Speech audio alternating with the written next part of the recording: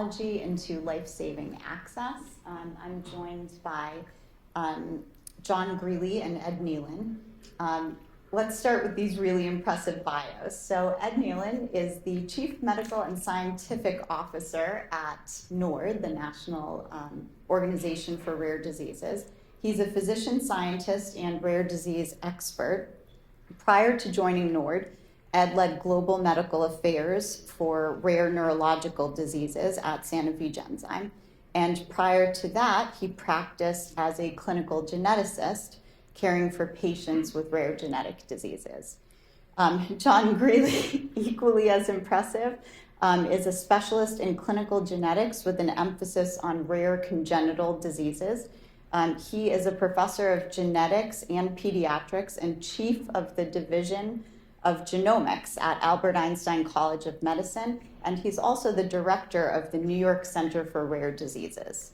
Thank you both for joining us today to talk about advances in technology and specifically how these are impacting rare diseases, since that's the background that you both are joining us with. So let's start off at first with a little bit of information about rare diseases. So a rare disease is technically defined as a disease that affects less than 200,000 people in the US. However, there are so many different rare diseases that having a rare disease is not actually rare. And in fact, 1 in 10 Americans has a rare disease. And this is actually a huge number when we think about our country as a whole, approximately 30 million people with rare diseases. They're very specific. There's so many of them. There's so many different aspects of cell biology and proteins and genetics that are affected by this. So it's a huge number of different individual diseases that we're dealing with, but an important problem facing a huge number of people in this country. This is an area that's very close to my heart. I worked in rare disease drug development for nearly a decade. And it's a place that I have really felt we must advance technology in order to better serve these patient populations. So I think that's probably a good place to start. I'll ask each of you, what technologies are you most excited about today that you think have advanced drug development or diagnosis in your respective areas? Thanks, Shoshana. I think I'd probably kick off the discussion by highlighting the suite of gene-targeted therapy technologies that have been developed in recent years. You know, things like antisense oligonucleotides, RNA interference, and so forth, as well as gene replacement strategies, including things like AAV vectors or lentiviral vectors, and of course now gene editing approaches. And one of the commonalities of all these, I've already used this term, is that they're sort of gene targeted, and if you know which gene you either want to up or down regulate, to a certain extent, I think any one of the three of us could sit down with a laptop and sort of design an oligonucleotide or a gene replacement cassette that ought to work. And it's very unlike traditional drug development because you can sort of sit down and design something that by first principles ought to work. But it's complicated because these are complex therapies that usually need a delivery mechanism, and manufacturing can be more expensive than other drugs. But one would really like to be able to leverage this ability to design a drug to do a specific molecular, mitigation or curative act and apply it to many diseases. But unfortunately, for the most part, it's still being applied to the more common diseases or to the most common of the rare diseases. And you've mentioned the 10,000 or so rare diseases. 95% of them have no treatment, and there aren't companies lining up to work on most of them. In fact, a lot of times 5 or 6 companies are competing with each other to develop a treatment for one rare disease, while thousands of rare diseases don't get that attention. It was mentioned a little bit in the prior panel about how it's becoming scalable for even individual laboratories to take the initial steps of designing one of these treatments. But I think part of this panel might be discussing how we make it economically more feasible to bring those all the way, not only to an approval, but to reimbursement by payers. It's an enormously satisfying time to be in this field. As Ed says, we have this panoply of approaches that we can now offer to patients. Not to every patient, not to every patient with a specific disease. It depends to some extent on what mutation is causing their problem, what the disease is, and the huge issue that Ed has brought up of delivery. Some places in the body are easier to get a treatment to than others. But I think the other area that I'd like to focus us on is you don't know what to treat unless you can make a diagnosis. Sure. And that's the other very exciting area that where current approaches, not just the DNA sequencing technologies, but the broader suite of approaches that are available to us represent massive advances compared with where my career has been over years gone by.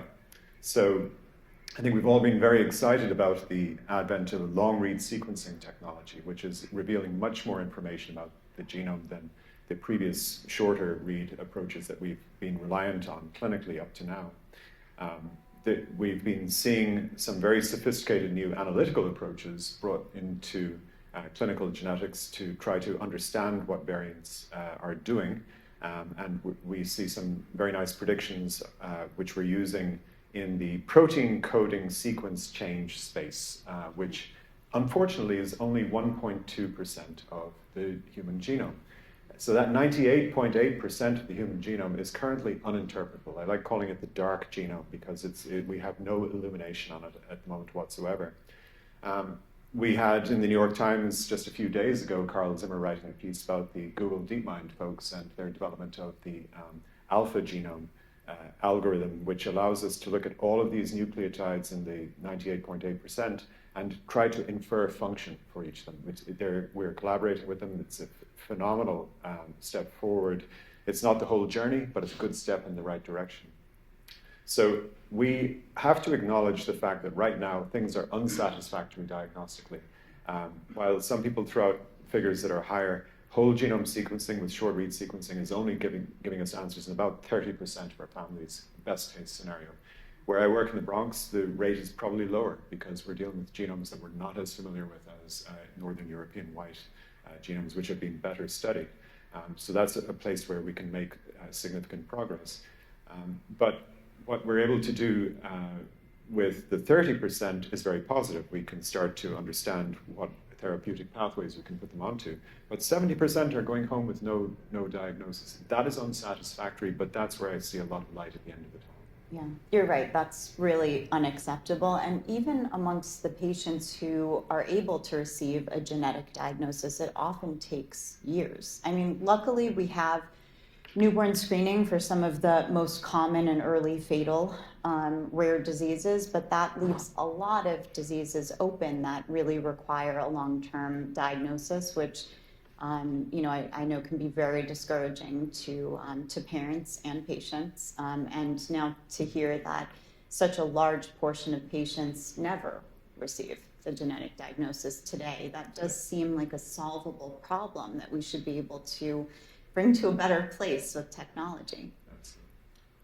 I'm glad you mentioned newborn screening. There's some movement in that space as well. I've been invited to be one member of the American College of Medical Genetics newborn screening committee, which I don't think the organization wanted to create, but the federal government advisory committee that in previous years had advised states on which disorders they should include in the newborn screening program, which is important not only for diagnosing individual patients, but for identifying patients early enough that they could be treated for their often progressive diseases, and important for enrolling patients at those ages in the clinical trials. And with the government committee having been shut down, this new committee's been created. They're going to actually have the first meeting later this month, try to figure out what they can do, at least while there remains a gap in that space. The other thing that's going on is an increasing number and gradually larger studies to try to expand newborn screening into DNA sequencing rather than predominantly biochemical tests. Yeah. One that is NIH sponsored is this Beacons project. and another one in Florida, with support from the state of Florida, collectively is going to, they're probably going to sequence 130 or 1,000 or so newborn children. And the Beacons Project, as it recently announced, they're going to include 777 genes, I think it is, in their screening. John and I are both medical geneticists. This is a complex space.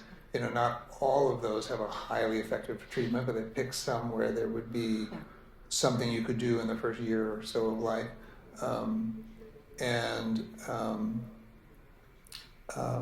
For those diseases, it should allow identification of close to all the patients in the United States that have that disease. I expect, and I'm sure John would probably expect, that we'll discover that some of those diseases are more common than we think. That's generally been the rule of thumb. Diseases all have this distribution of the way that they present, and we've been seeing the part of the iceberg that's above the water and not the rest of the disease. We may find ways to treat these patients or be able to engage them in trials earlier. But there has been some pushback about expanding to genetic sequencing because the earlier tests, or the mainstay of newborn screening, has been functional tests. And these are more descriptive, and we're going to find probably at least as many changes that we don't know how to interpret as changes that we do. And John might want to add to that, but I think it's important that you brought that up. Well, I can tell you a little anecdote for our viewers on where I think it will really make a difference, but I'm sure this is something that you've seen 10 times over. But I used to work on a rare neuromuscular disorder where until a few years ago, patients did not have a genetic diagnosis. So they were described as having some form of a neuromuscular disease, looking like Charcot-Marie-Tooth disease, but no actual genetic diagnosis. And it was an academic effort of whole genome screening and really assessing the largest group of people that they could find with similar symptoms to try to identify what was causing this disease. And they did find a genetic cause. It was mutations in a gene, in a protein called sorbitol dehydrogenase. And we were really fortunate in this case that we already knew what sorbitol dehydrogenase was. It's a very well-characterized enzyme. We knew what the function of it was normally, and could immediately see why mutations that lost function in that enzyme would cause a neuromuscular disease. And so even though there wasn't any treatments at the time, we were able to flip the switch, and drug companies got involved, and there very quickly was development of drugs for this disease. So I know that was a little bit of a more simplistic example. We already knew what the protein was, but when we couple that with some of the advances now that we heard about in our last panel with AI and predictions of protein function and protein folding, I'm hoping that we can actually get to a point where this sort of genetic analysis could lead quickly in many patient populations to a real diagnosis, and then potentially drugs, biologics. There's such a wide range of ways we could approach it now, so that more people can have access. But would love to hear your experience. One of the things you raised there is talking about specific populations of patients. Now, I think we've tended to think in terms of rare diseases. You'll have one in New York City, one in DC, one in Seattle, and that's how rare diseases cluster. But we're not paying attention to the fact that people form communities. People end up, famously, I think it's Little Italy, everyone from Abruzzo ended up from one village in Italy ended up on one street in Little Italy. We see that in the Bronx. There are populations from West Africa where everyone is from Mali. There's obviously the Little Italy area around Arthur Avenue. There's Little Yemen, close to where I work, believe it or not. All of the delis in the Bronx are owned by Yemenis. If you go in and say salam alaikum, you might get a discount. All good. But when you realize that people exist in these niches geographically, which is a human thing to do, any diseases that are occurring more commonly in those populations become the group of people that you can start to interact with, not only on the personal level and say, how do we talk about the fact that you have an increased rate of this disease in your community without stigmatizing your community, because that is a sensitive issue.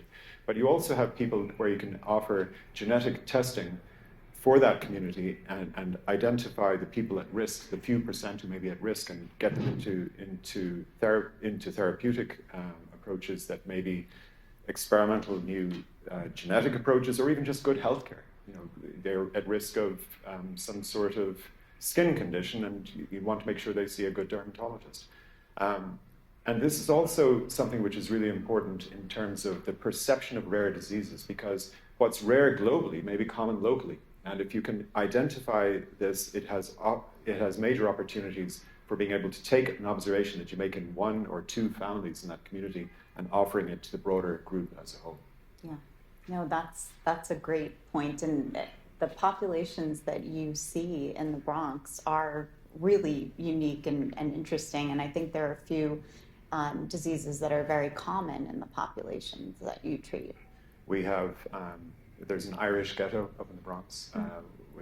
There are many groups of people in the Bronx. The one group that we're working with actively at the moment is a population called the Garifuna, who are just a delight to work with. I'm actually wearing a Garifuna wristband. I realize it's the colors of their flag. The Garifuna started off on the island of St. Vincent in the Lesser Antilles, just west of Barbados, as a community of indigenous Arawak and Caribs. They basically brought onto the island freed enslaved black people from the other surrounding islands, formed a community with them between the 1500s and the 1700s. And then the British decided they were going to take over the island, decided they were going to get rid of the black Caribs, as they call them, killed most of what was probably tens of thousands of individuals, and took the remaining 2,500, 3,000 individuals and dumped them on the coast of Central America, mostly in Honduras and Belize, but to some extent Guatemala, where they formed a thriving community again. But now you have a founder population of a small number of people who underwent a bottleneck because of genocide, basically, grew again as a population, and then started to immigrate to the United States in the 20th century. And there are 200,000 Garifuna, apparently, in the Bronx, around the Crotona Park area in the central Bronx. When my wonderful colleague, who's a population geneticist, Sri Lakshmi Raj, studied the genomes of New York City in a paper she published about a year ago, she found that the Garifuna community, 5% of them are walking around with a genetic variant that causes hypertrophic cardiomyopathy. It's a variant in a gene called MYBPC3. So we thought it would be very uncool if this white Irish guy and this South Asian woman were to start talking about the Garifuna without talking to the Garifuna. So we talked to the community representatives, and they said, this is how we'd prefer you to write about us, but otherwise, thank you for paying attention to our community, because most people don't actually know who the Garifuna are. So we are now in a situation where we've built trust, which has to be earned. The Garifuna community are spreading the word, saying, if you know that somebody in your family died of heart failure in their 50s or 60s, or just a sudden cardiac event because you may have a rhythm problem that occurred in your uncle or your grandfather or mother, then go and get testing. Because if we can find that that you have this particular type of hypertrophic cardiomyopathy, there is an existing drug. There's a cardiac myosin ATPase inhibitor that we can give. So you have a little bit of thickening, you know you're on the trajectory to have your heart go downhill like that, we can ameliorate it. We can give you possibly a normal, healthy lifespan. Yeah, no, and that's an amazing example, because you're right. We now have drugs to treat hypertrophic cardiomyopathy in a way that we couldn't 10 years ago.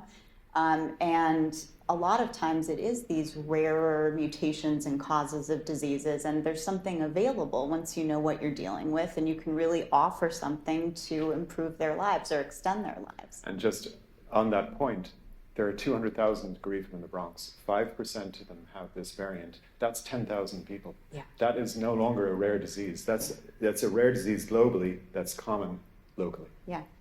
That's such a heartwarming example. You can make Absolutely. a difference in those patients' lives. Okay, so let's turn a little bit in our discussion to where are we not seeing enough advancement? So I know there's a lot of technologies and advancement and amazing things that really have happened, over the last 20 years in these spaces, but where do you think we lack the most? Where do we really need to focus more effort that we're not already? Well, I think there's some very exciting examples of applying the latest technology to treat very rare conditions, but for the most part, most of the drug development effort is still clustered around the more common of the rare diseases, leaving thousands of diseases without anybody really working on a treatment. And I think it's not so much a technological issue as an economic one. There are some trends, both in terms of the technology and in terms of thinking about regulatory approvals that are worth thinking about here. I think probably everybody in this room is familiar with the traditional, since the 1970s or so at least, approach to FDA approval.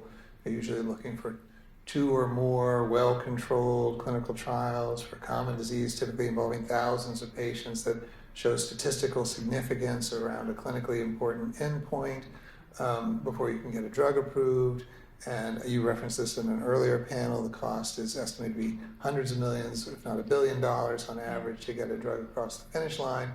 And for diseases like some of the things John was talking about, it may be possible, because if you have 10,000 patients in the U.S., with incentives provided by the Orphan Drug Act, which was driven to approval by founders of NORD, the organization I work with, and other interested parties in 1983, there's enough incentive to do that. But the majority of the rare diseases have dozens or hundreds of patients identified in the U.S. or Europe where there's enough money to pay for the development of these treatments. And that isn't currently enough to get companies interested in the developing those treatments. So most of those things that we have heard have been either research studies or patient family driven, almost GoFundMe-like efforts to develop those treatments. And one of the trends that might help us get past this is the idea of maybe shifting the approval of drugs from approving a drug for a particular disease to approving a drug for a group of diseases all at once, without having to go back and do repeated additional studies to add more indications. And a number of people have championed this. Some of the people at NCAS, the National Center for Accelerating Translational Research at NIH, have championed this idea of no longer trying to do diseases one at a time, but doing them in groups. And so you could think of examples like, if you have a premature stop codon mutation, you could envision a small finite number of drugs that could theoretically, ameliorate or potentially, fully reverse, having these things in one drug. Again, with delivery issues, you have to get it into the right cells, those that are critical for that particular disease. But one drug could treat hundreds or thousands of diseases if their reason for having that disease is to have an amenable stop codon mutation. Okay. So far, we haven't made that leap. But if you could invest $100 million and not get approval just to treat one disease, but invest $100 million and get an approval to treat anybody who has an ameliorable mutation, that would start to get us there. And the other trend, is this thoughts about sort of modifying the regulatory environment. And one important step, was in May of 2024, the FDA put out a draft guidance, still a draft guidance, on therapeutic technology platforms.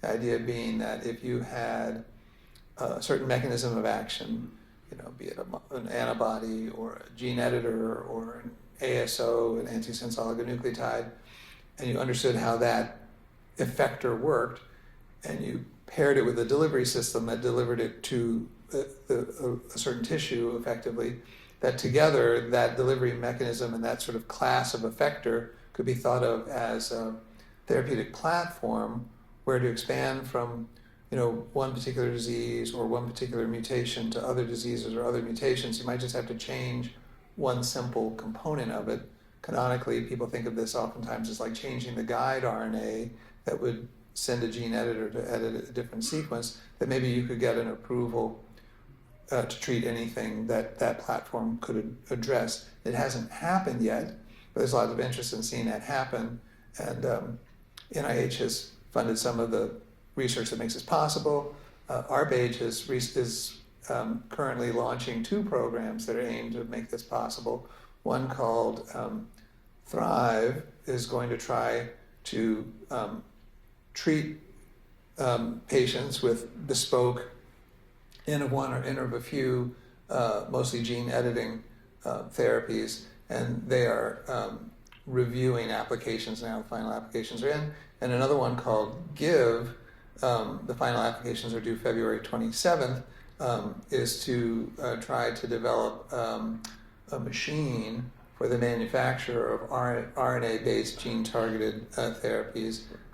Maybe the thought would be that if this machine is, created, that academics like John could have one in their medical institution. Mm-hmm. They could see a patient one day, and the next day program the machine to make a GMP batch and treat it. And Thrive specifically has the goal, that's the first of these RPH projects, of each team that's working in Thrive trying to get a technology platform designation and be able to maybe treat many diseases beyond those that are in there. And I know I probably talked for too long, but those 2 trends I think come together, to make it feasible to start accessing some of these diseases that have been too rare for commercial interest. And if you think about cancer as a paradigm, you don't, if we treated every cancer as in the same way as a rare disease, right, we would never get approval to use CAR T therapy across multiple cancers. I think this is a great paradigm for what Ed is suggesting here, which is it's the type of treatment as opposed to the type of disease. That makes a lot of sense, and I think would resonate with our cancer therapeutics colleagues like yourself.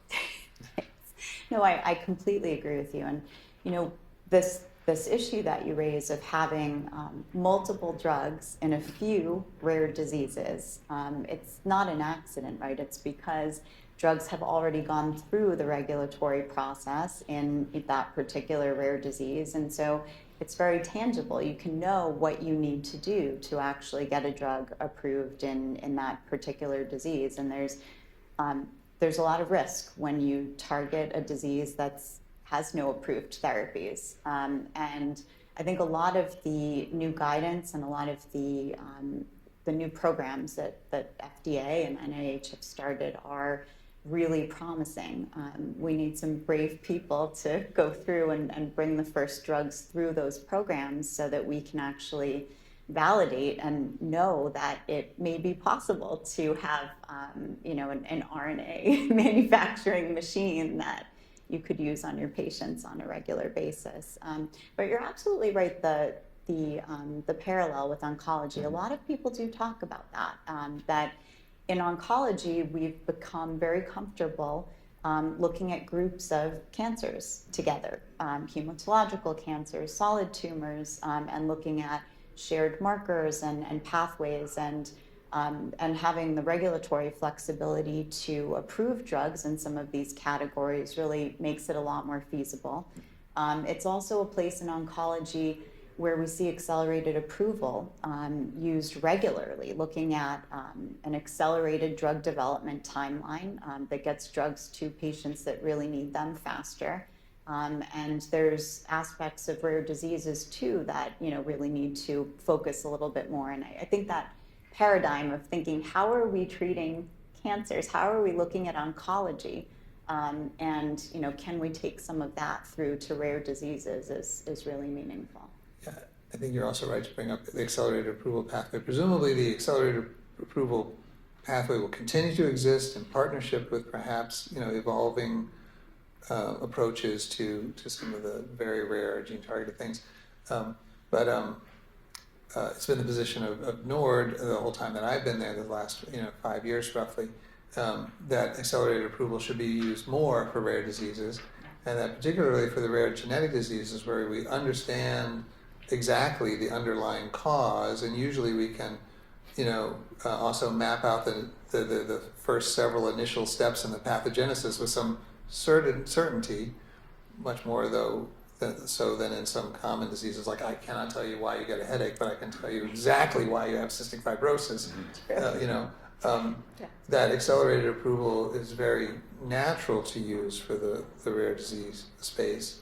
And there have been people who've expressed the thought that, for example, just showing that you restore a significant amount of normal protein ought to be accepted, blanket statement, period, end of sentence, as a biomarker. But it's not happening in a wholesale scale like it maybe should be.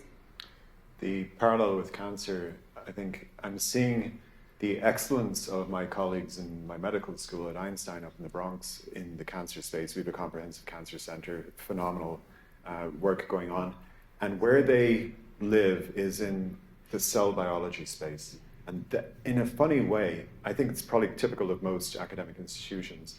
We just need to put kindling to the existing cancer research that's going on, the excellent cancer research, and a lot of the tools that they would need to address rare diseases are in place. They just need to have a different focus, or a complementary focus. They just added to their existing research programs. So if we were to be able to, as a rare disease community and in our position as advocates, we were to start showing our cancer colleagues where those opportunities exist, because I think it's up to us to educate and to create that realization, then I think we could do an awful lot very quickly for a number of rare diseases. Yeah, that's actually a very poignant point. Can I shift a little bit to AI, which is what everyone wants to hear about, or did you want to add something to that? You might have seen on my face. I wanted to bring up one thing maybe before we shift. And Yeah. John and I are both a part of this, so I think maybe it's fair to bring up. Yeah. And that is that the NORD Rare Disease Centers of Excellence, which is a new program. John serves as the director for Einstein and his medical center.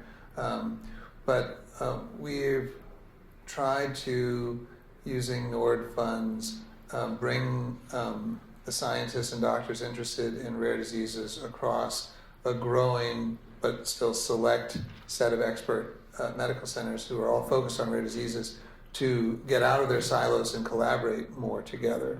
Yeah. And we have working groups that aim to address the long diagnostic odyssey, that aim to get 47 sites working together on clinical trials at an affordable rate, so that instead of John trying to treat 3 or 4 patients with X, the network could treat 160 people with X and more rapidly get progress. Just wanted to introduce that. Like, the only thing like it in the world is the European reference networks for rare diseases, and they are divided up into different segments for rare bone diseases, rare kidney diseases. They were started with government money. We haven't had an infusion of money to kick this off, but we're trying to tackle all rare diseases by pulling the experts together. And so far, I think it's going swimmingly well, but if Sean wants to say anything about it. NORD is not to pump up Ed too much, but NORD is an enormously valuable resource for the rare disease community, not only because it has the advocacy function, the influence on the regulatory process, the very human interaction with the families and the family groups, but the science as well. At the end of the day, you have to have it all come together across silos, across institutions, across geography, for us to be able to make meaningful advances. It's really important, and obviously NORD has made a big difference in a lot of people's lives, patients, researchers, families, drug developers. So thank you for what you're doing, and also on the academic research side, it does make things more tangible, but there does need to be the collaboration and the openness, which we see with you and your work, and that really needs to be expanded everywhere. So thank you. Okay, let's talk about AI. So on our last panel, we talked pretty technically about where AI is working now to accelerate drug development, but there's so much more than the drug development side. There's diagnostics, there's genetics, genomics. So could you each tell me a little bit about where you are implementing AI, using AI, where it's changed the work that you do today, and how you see that moving forward in the future? this is not going to be the most exciting thing anybody's going to say today, but I will confess that for the first time, AI is making a profound difference in my daily work because Epic, at least Epic at Boston Children's Hospital, where I see patients still, introduced this feature that summarizes the patient's medical history. And a few months ago, I saw a typical patient. Most of my patients, like I imagine most of John's patients, at least most of the new patients, come in with no diagnosis. Yeah. Most of them have had mysterious symptoms for years, and we are expected in one clinic visit to solve something that hasn't been solved for years.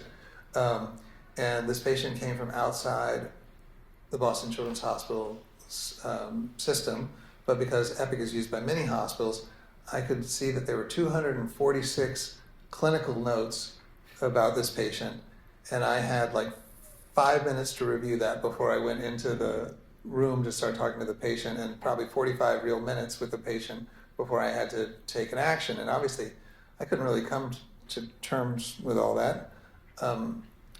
Luckily, I spent some of the night before reviewing some of the 246 notes. Then I went in recently, and I didn't even know it was coming, but a new thing popped up on the right-hand side. It was an AI-generated summary of the patient's medical history. It was a large language model, as we talked about earlier, and they have their faults or whatever.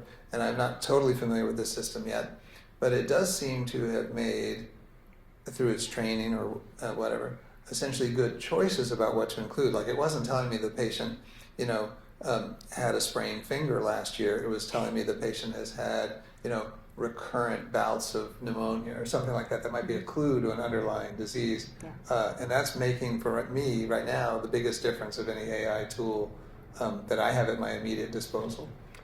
It's going to be huge for just the patient encounter, as Ed is saying.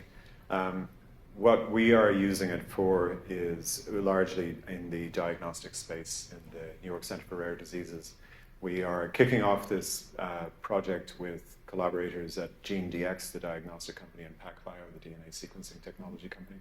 We're going to be looking at 800 families of undiagnosed patients over the next 3 years, and we're going to be using long-read sequencing technologies and lots of nice new assays. But the important issue these days is less so the generation of sequence information, even though long-read sequencing is qualitatively a lot better than what we've been using. It's how you use the data and how thoughtful you are about amassing these resources. And to get the data in place is one of the challenges with AI. If you can look across several hundred patient notes and extract the information that you're ultimately going to be using for diagnostics in a way that's efficient and machine readable, that's going to be key. And so there is a resource that is currently used in diagnostics called the human phenotype ontology, which basically says you've got somebody who has widely spaced eyes. We could all have a different way of expressing that, but if you say hypertelorism and a code in the HBO ontology, then you know how to link it to genes that could have this as a manifestation of damage. So we are using a large language model to extract this information from patient notes. And of course, the problem with large language models is that they have personalities. And sometimes you have to tell them, be less like an overeager intern and include everything. Be more rigorous, and you have to kind of tell them how to behave. Mm-hmm. And that's one of the challenges. The second thing is that we have to be very careful that what they generate does not include hallucinations, because this is patient care. You cannot mess around. So we are building this information into the system, but we always value the manual curation of the data at the other end. So we're creating an interface so that physicians who are looking after the patient can say, patient doesn't have that, and they can drag it and drop it out of consideration. Then there's the actual information from the genome. And there are AI tools that are built into the actual calling of the sequence variants, like Google has created the Deep Variant, Deep Trio tools. We are using Splice AI to look for splicing defects in the genome. And we're going to be increasingly building in these annotations that, from alpha genome, alpha fold, and so on, alpha missense, I should say. So we're using these as sources of information, and ultimately these will be enormously valuable to us in terms of trying to prioritize the variant that could be causing the patient's condition. One of the concerns that I would have with my patient group, if you look at the US Census, in the Bronx, fewer than 10% check non-Hispanic white as their demographic group. Those demographic groups are pretty useless in many respects, but it does reflect the fact that the Bronx has a large number of people whose genomes are not Northern European white, which is what a lot of models that we use in AI are trained on. So we have definite concerns that these models applied to my patients would potentially be misleading as opposed to helpful.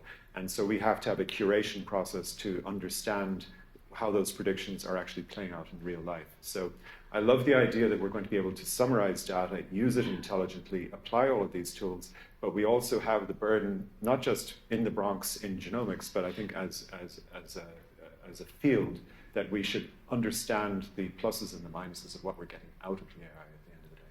Yeah, no, it's a very salient point, and I think also leads us to the need for more real-world data that's actually useful in our patients' day-to-day to improve what we can do with AI. And I think what you're doing in the Bronx is amazing, and improving access to populations that have really been underserved for a while.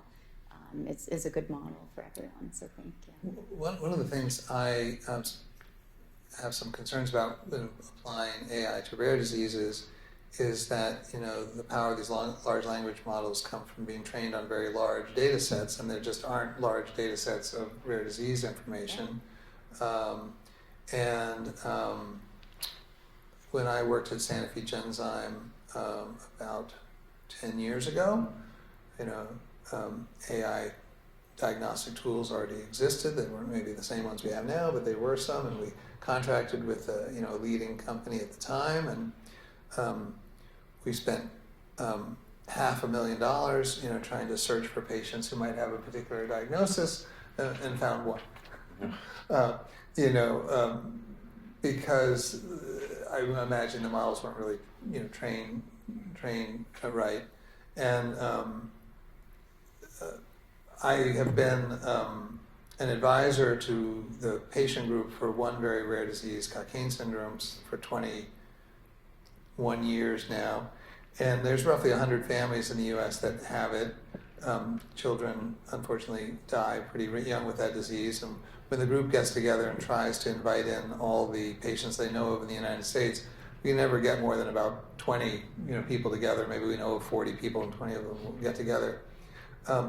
Unless those patients are enrolled in research studies, their detailed information is going to be hard to find.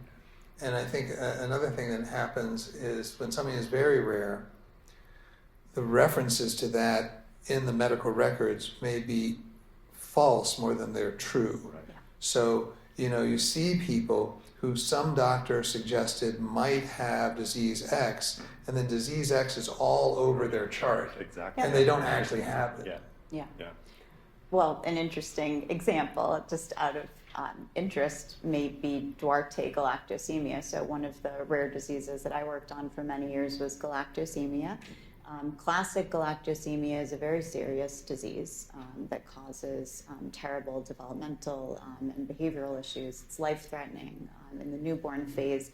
And there was something that was studied for about 20 years called Duarte galactosemia, which it turns out causes no health problems whatsoever and has been declassified as a genetic disease. It was just an interesting polymorphism, and we'll call it a day. But there's just so much confusion in the medical records between classic galactosemia and Duarte galactosemia that most of the AI tools that we tried to use were unable to distinguish between the two. And so there's real life issues, I think.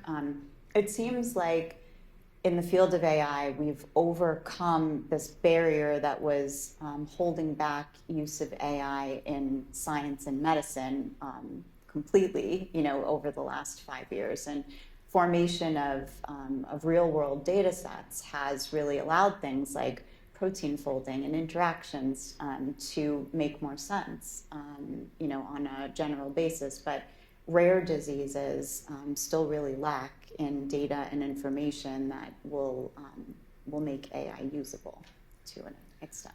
So I would like to leverage things like the NORD Rare Disease Centers of Excellence to create a rich database of rare disease patients and what their clinical manifestations actually are. Great. I think our role is going to shift. I think what's going to happen with AI in research and in medicine is that it's going to become an upstream provider of information that perhaps we were generating previously, but now we have to sit downstream and curate. And so if we're good curators, we know what the kid looks like. We have the gestalt as a clinician of what we've seen in other kids with similar conditions. That's a very important instinct that we want to be able to bring to the table. But the other thing that I think we should be paying attention to is how to understand what's underneath the hood. How does this black box work? And we're fascinated by the explainable AI tools. If you understand why the model is predicting the way it is, then you will understand why it may fail. There's a wonderful radiologist down in Emory in Georgia, Judy Nichoy. I have never met her, but I've read her work. My wife is a radiologist, introduced me to her work. And what Judy has shown is that she can take plain films of the skeleton and she can work out continental ancestry based on that. So she can tell if somebody's got African ancestry, European ancestry, and so on. So if you think about that and you say, some bright person who doesn't understand necessarily a huge amount about biology comes and said, I've looked at all of the x-rays in Montefiore Medical Center, and I can predict from plain films of the skeleton who's at risk of sickle cell disease. What is happening there is they're not predicting something about the visual appearance of the bone being correlated with sickle cell disease. They're interacting with the fact that it's increased in its frequency in Africa, and then the African individuals have more sickle cell disease. So if you understand that that's how it works, then you're able to use the tool more effectively. So one of the things we're trying to do is to basically disrupt the models by changing some of the inputs and doing these things that are called counterfactual analyses so that we understand the weight that is happening with each of the variables that are contributing to the model. And that's, I think, going to be very important for us as clinicians and as biologists to understand why things work the way they do. Wow. Okay. Well, we hope that will advance in the way you've laid out. It's really amazing. Thank you both for joining, Ed Neilan and John Greally. Thank you. Thank you.